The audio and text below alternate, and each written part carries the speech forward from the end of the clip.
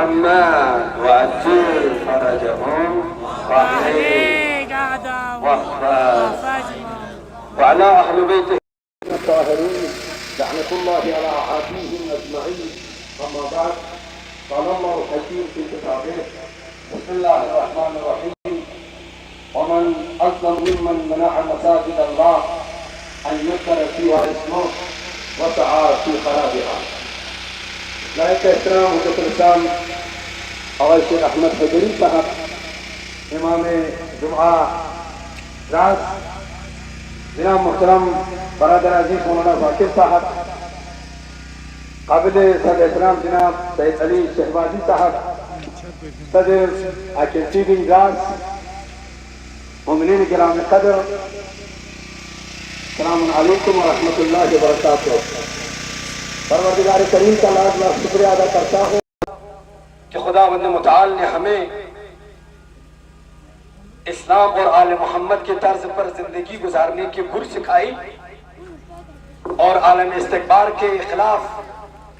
اپنے آواز کو بلند کرنے کی سعادت بخشی۔ آج کا یہ جلوس اور آج کا یہ پروٹیسٹ IKMT ونگ راز کی بینر تلے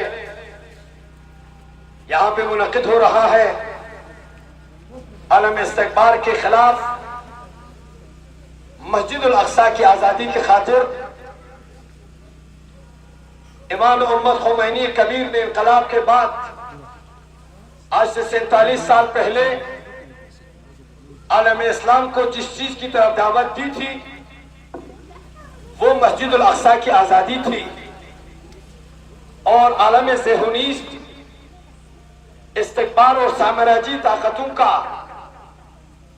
اسلام کے خلاف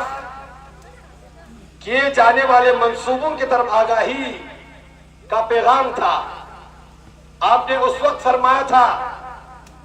عالم اسلام سے خطاب کر کے، مسلمانوں ایک ایک بالٹی پانی اسرائیل پر ڈال دو، اسرائیل تمہارے ایک ایک پانی کی طاقت سے بہہ جائے گا۔ مگر بدقسمتی عالم اسلام نے اس وقت اس بات کو سیریس نہیں لیا۔ آج 47 سال گزرنے کے بعد دنیای انسانیت کو، عالم اسلام کو، عالم مستضعفین کو جس خطرے سے امام خمینی نے آگاہ کیا تھا وہ آج دنیا کے سامنے ہے۔ بیت المقدس، مسجد الاقصی جو مسلمانوں کا قبلہ اول تھا اور جو مسلمانوں کا قبلہ اول ہے، عالم استکبار نے سب سے پہلا اپنا پنجہ اس مسجد پر جمانے کی کوشش کی اور اپنے آبا و اجداد کی طرح اللہ کے ماننے والوں کو اللہ کی مسجد میں آنے سے منع کر دیا۔ قرآن کہتا ہے وَمَنْ أَظْلَمَ مِمَّنْ مَنَعَ مَسَاجِدَ اللَّهِ أَن يُذْكَرَ فِيهَا اسْمُهُ۔ اس سے بڑھ کر زیادہ ظلم کیا ہو سکتا ہے کہ اللہ کی مسجد میں اللہ کا نام لینے کی ممانعت کرتا ہے، وَسَعَى فِي خَرَابِهَا، اور اس مسجد کو خراب کرنے کی کوشش کرتا ہے۔ مسلمانوں کو خداوند عالم نے 1400 سال پہلے یہ آگاہی دی تھی کہ کس طریقے سے اپنے مساجد کی حفاظت کرنی ہے، کس طریقے سے اپنے سرزمین کی حفاظت کرنی ہے، کس طریقے سے انسانیت کے اقدار کو اسلام اور مسلمانوں کے ذریعے سے انسانی معاشرے میں زندہ کرنا ہے۔ صدر اسلام حضرت محمد مصطفیٰ صلی اللہ علیہ وآلہ وسلم سے لے کر آج تک اگر انسانی معاشرے کا کوئی دشمن ہے اسے ہونی سے وہ یہودی ہے۔ قرآن کہتا ہے پیغمبر گرامی اسلام سے مخاطب ہو کر، اے حبیب لن ترضى عنك اليهود ولا النصارى حتى تتبع ملتهم، اے میرے حبیب یہ یہودی یہ نصارہ کبھی آپ کی ذات سے متفق نہیں ہوگا، آپ سے راضی نہیں ہوگا، یہاں تک کہ آپ ان کے آئیڈیالوجی کو بھی فالو کریں تب بھی آپ کے نہیں ہو سکتے، کیونکہ عالم یہود کو اسلام کے نظام سے، اسلام کی آئیڈیالوجی سے، اسلام کے اعتقادات سے، اسلام کی طاقت سے، اسلام کے نظام سے اس وقت بھی حسد تھا، اس وقت بھی دشمنی تھی اور آج بھی ہے. آج مسلمانوں کو جاننے کی ضرورت ہے, آج مسلمانوں کو سمجھنے کی ضرورت ہے. آج کسی دیوبندی, بریلی, حنفی, شافعی, حنبلی, شیعی, جعفری اس کی دشمنی کی بات نہیں ہے. آج کل اسلام کی دشمنی کا مسئلہ ہے. آج کوئی مسلمانوں کا کسی مسلک کی خطرے کی بات نہیں ہے. آج عالم اسلام خطرے میں ہے. مسلمانوں اپنے مذہبی اعتقادی ساری باتیں ہمیں ایک جگہ رکھ کر لا الہ الا اللہ محمد الرسول اللہ کے شعار پہ جمع ہونے کی ضرورت ہے. آپ دیکھیے عالم یہود کس طریقے سے عالم اسلام کو نابود کرنے کے در پہ ہے. اگر آج ہم دیکھتے ہیں کہ ملت ایران پر اس طرح کی تعدی, ظلم, بمباری, میزائل برسا رہے ہیں تو اس کی واحد وجہ یہی ہے کہ اس نظام نے اپنے آتے ہی, اس نظام کو تشکیل پاتے ہی, اس سسٹم کو لانچ کرتے ہی عالم استکبار کے خلاف آواز بلند کیا. جس طریقے سے رسول خدا نے قولوا لا الہ الا اللہ کے ساتھ استکبار مکہ کے خلاف, استکبار قریش کے خلاف, مستکبرین عرب کے خلاف رسول خدا نے آواز بلند کیا تھا. اور یہ اسلام کا طریقہ تھا. اسلام کو باقی ادیان پر فضیلت اسی وجہ سے ہے کیونکہ اسلام نے اپنی بنیاد سے, اسلام نے اپنی ابتدا سے ہمیشہ استکبار کے خلاف ایک فکر کو زندہ کیا ہے. اسلام چاہتا ہے دنیا میں کوئی بھی انسان ہو, کسی بھی مذہب کا رہنے والا ہو, کسی بھی مذہب کا ماننے والا ہو, کسی بھی علاقے سے تعلق رکھتا ہو, اسے پیسفل زندگی ملے, اسے آرام کی زندگی ملے, اسے اس کا اقدار ملے, اسے اس کا اسٹیٹس ملے, اس کو آرام اور شانتی, پیس اور جسٹس اور ایکویلٹی کی زندگی گزارنے کا موقع ملے. جو بھی طاقتیں انسانی معاشرے میں ظلم, چور, تعدی, استبداد, تسلط پسند اعتقاد کے ساتھ آئے, اسلام نے اس کا خلاف آواز بلند کیا تھا. اور آج ہم عالم استکبار کے خلاف آواز بلند کر رہے ہیں قرآن کے نظریے کے ساتھ, رسول اسلام کے نظریے کے ساتھ, امیر المومنین کے نظریے کے ساتھ, ائمہ مسلمین کے نظریے کے ساتھ ہم عالم استکبار کے خلاف اٹھ کھڑے ہیں. گرچہ ہم کم تعداد میں ہیں مگر ہمیں قرآن کا یہ وعدہ ہے کم من فئۃ قلیلۃ غلبت فئۃ کثیرۃ.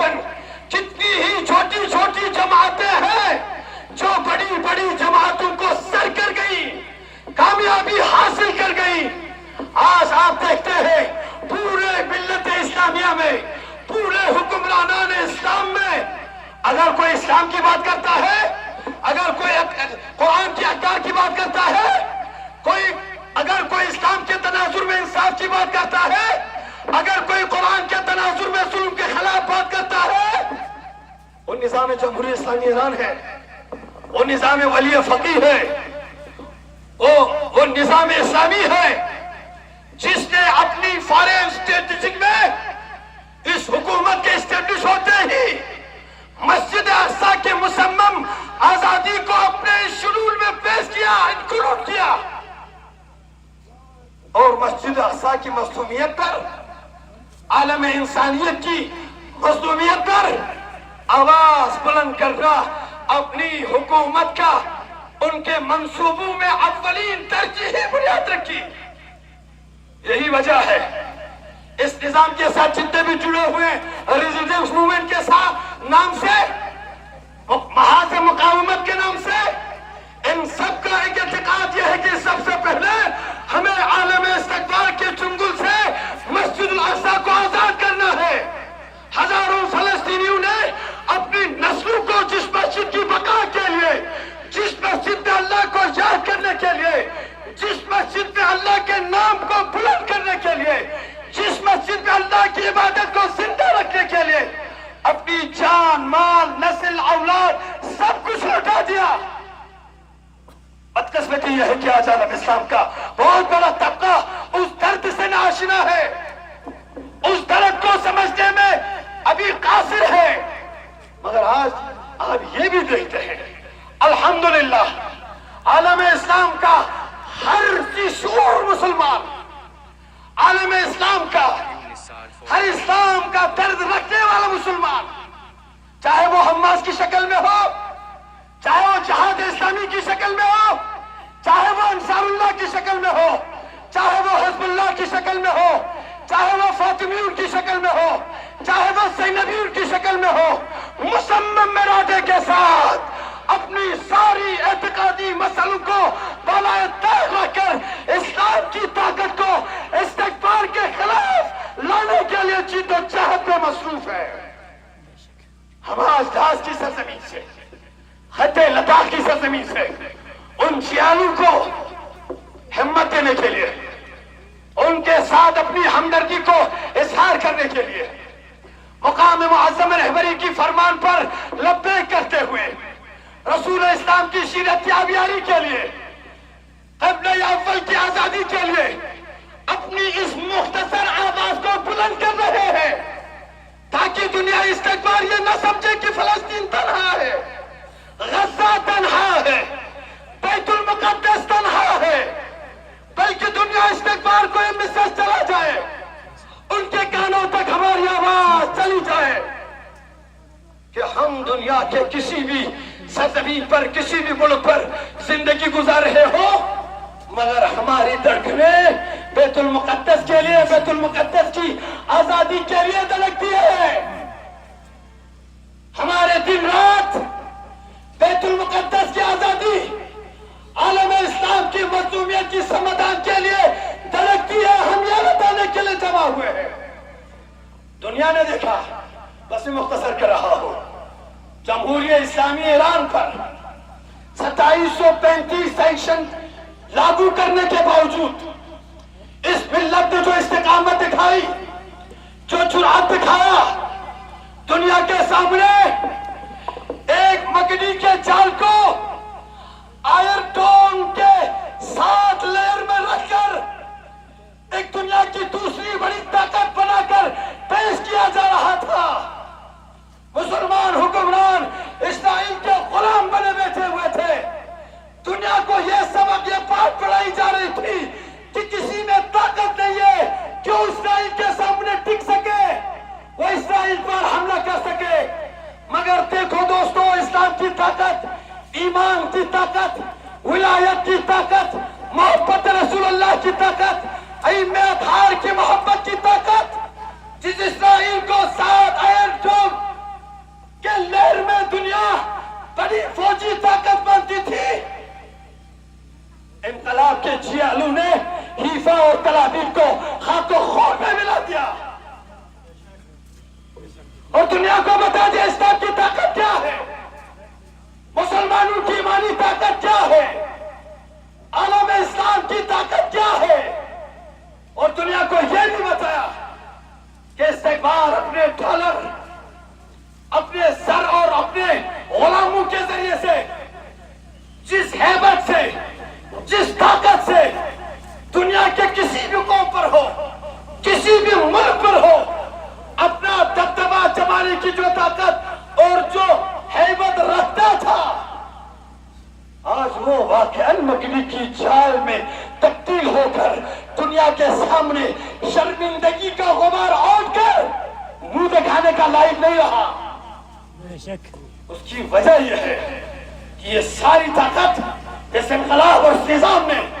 عالم انسانیت کو، عالم مسلمان کو بتائی ہے۔ آج بھی ہماری اور آپ کی عزت، افتخار، اقدار، طاقت انسجام میں ہے اور ولایت فقیہ کی اطاعت میں ہے۔ دنیا اس بات کو جانتی ہے۔ بس میں آخری بات کہہ رہا ہوں، کیوں مقام معظم رہبری کو، امام علی خامنہئی کو میزائل کے ذریعے سے خاک و خون میں ملا دیا، کیوں درجے شہادت پر پہنچا گیا؟ اس کی وجہ یہی تھی کہ سب سے بڑی طاقت جو امریکہ اور اسرائیل، ان کے انٹیلیجنس کو، ان کی بڑی بڑی طاقتوں کو، کاخ سفید کو، نیتن یاہو کے اقتدار کو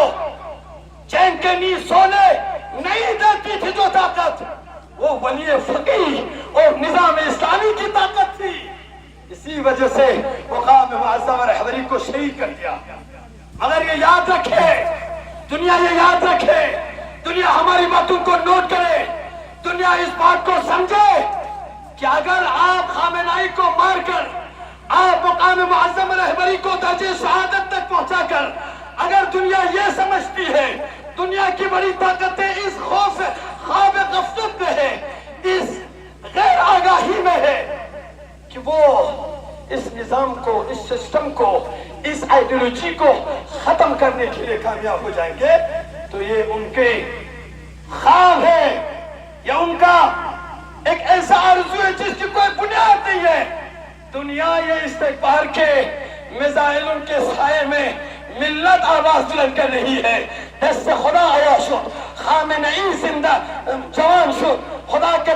دست تائید ملت ایران پر ظاہر ہو گیا, خامنہئی شہید ہو کے زندہ ہو گیا. آج بھی استکبار کے خلاف یہ طاقت ہے, اور ہم اپنے یکجہتی مسجد الاقصی اور مقام معظم رہبری کے ساتھ دکھانے کے لیے, بتانے کے لیے یہاں پہ جمع ہوئے ہیں, اور یہ بتانے کے لیے امریکہ اور اسرائیل اپنی سازشوں میں ضرور نابود ہوگا, اور بیت المقدس آزاد ہو کر عالم مسلمان اور مستضعفین کو بیت المقدس کی آزادی کا جشن منانے کا وقت بہت قریب ہے اور یقینی ہے. پروردگار بحق محمد و آل محمد ہم سب کو اس راہ میں ہر اعتبار سے اپنا یوگدان دینے کی توفیق عطا کرے. والسلام علیکم ورحمۃ اللہ وبرکاتہ. شکریہ.